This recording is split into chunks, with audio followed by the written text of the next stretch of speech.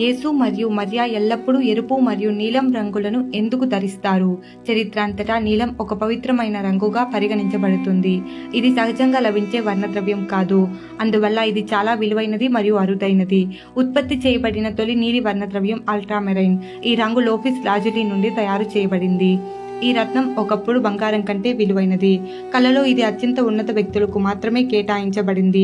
నీలం 5వ శతాబ్దంలో మేరీతో సంబంధం కలిగి ఉంది. ఆమె 431లో కానాన్ యొక్క ఉన్నత స్థాయిలలోకి చేర్చబడింది. చర్చి ఆమెను స్వర్గపు రాణిగా ప్రకటించింది.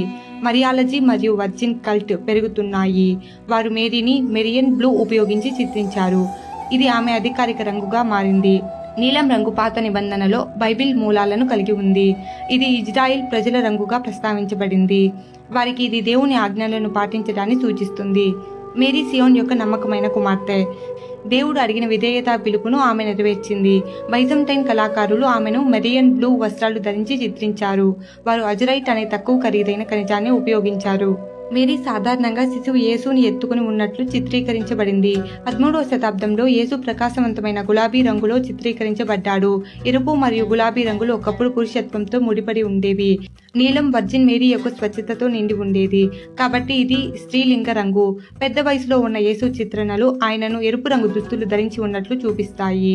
ఈ రంగుకు అనేక సంక్లిష్టమైన అర్థాలు ఉన్నాయి. క్రైస్తవ మతంలో ఇది పాపం, నరకాగ్ని లేదా దెయ్యాన్ని సూచిస్తుంది. కానీ ఇది బలిదానం లేదా క్రీస్తు రక్తాన్ని కూడా సూచిస్తుంది. పురాతన గ్రీకులు మరియు హెబ్రీయులు ఎరుపును శృంగార చిహ్నంగా భావించారు. ఇది త్యాగాన్ని కూడా సూచిస్తుంది. ఐకానోగ్రఫీలో ఎరుపును భూ సంబంధమైన రంగుగా చూస్తారు. అదే సమయంలో నీలం ఆకాశం యొక్క రంగు. ఇది అతీంద్రియతను మరియు దైవికతను సూచిస్తుంది. ఫలితంగా దీనిని స్వర్గపు రంగుగా చూస్తారు. యేసును సాధారణంగా నీలిరంగు బాహ్య వస్త్రంతో చిత్రీకరిస్తారు. ఆయనకు ఎరుపు రంగు లోపలి వస్త్రం ఉంది.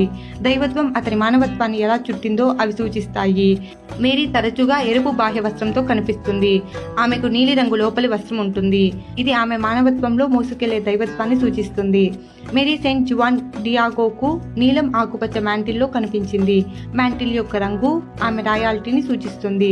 స్థానిక చక్రవర్తులు మాత్రమే ఆ రంగు యొక్క వస్త్రాలను ధరించగలరు.